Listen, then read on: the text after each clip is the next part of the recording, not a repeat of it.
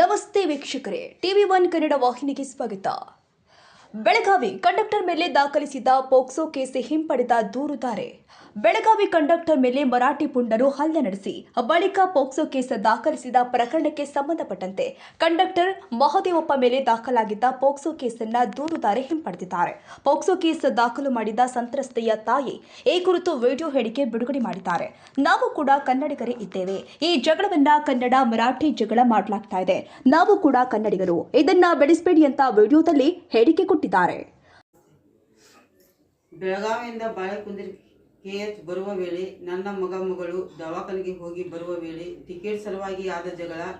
ಇದನ್ನು ಕನ್ನಡ ಮತ್ತು ಮರಾಠಿ ಅಂತ ಸುಳ್ಳು ಸುದ್ದಿ ಪ್ರಚಾರ ಮಾಡಿದ್ದಾರೆ. ನಾವು ಕನ್ನಡದ ಅಭಿಮಾನಿಗಳು, ಇದರಲ್ಲಿ ಜಾತಿ ಭೇದ ಭಾವವಿಲ್ಲ. ವಿನಾಕಾರಣ ಮರಾಠಿ ಕನ್ನಡ ಅಂತ ಸುಳ್ಳು ಸುದ್ದಿ ಪ್ರಚಾರ ಮಾಡಿದ್ದಾರೆ.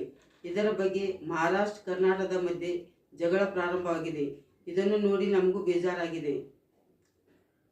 ಇದರಲ್ಲಿ ಯಾವುದು ಕನ್ನಡ ಮರಾಠಿ ಭೇದ ಭಾವವಿಲ್ಲ. ನಾವು ಕನ್ನಡಿಗರು, ಭಾಷೆ ಮರಾಠಿ. ನಮ್ಮ ಮಗಳಿಗೆ ಅನ್ಯಾಯವಾಗಿದೆ. ನಾವು ವಾತಾವರಣ ನೋಡಿದ್ದಕ್ಕೆ ಕೇಸ್ ವಾಪಸ್ ತೆಗೆದುಕೊಳ್ತೇವೆ. ಇದನ್ನೆಲ್ಲ ಇಲ್ಲಿಗೆ ನಿಲ್ಲಿಸಿ ಎಂದು ಕೇಳಿಕೊಳ್ಳುತ್ತೇವೆ. ಈ ಕೇಸನ್ನು ಹಿಂದೆ ತೆಗೆದುಕೊಳ್ಳುವ ಬಗ್ಗೆ ಯಾರದು ಒತ್ತಡ ಇಲ್ಲ. ನಾವು ಸ್ವ ಇಚ್ಛೆಯಿಂದ ಈ ಕೇಸನ್ನು ವಾಪಸ್ ತೆಗೆದುಕೊಳ್ತೇವೆ.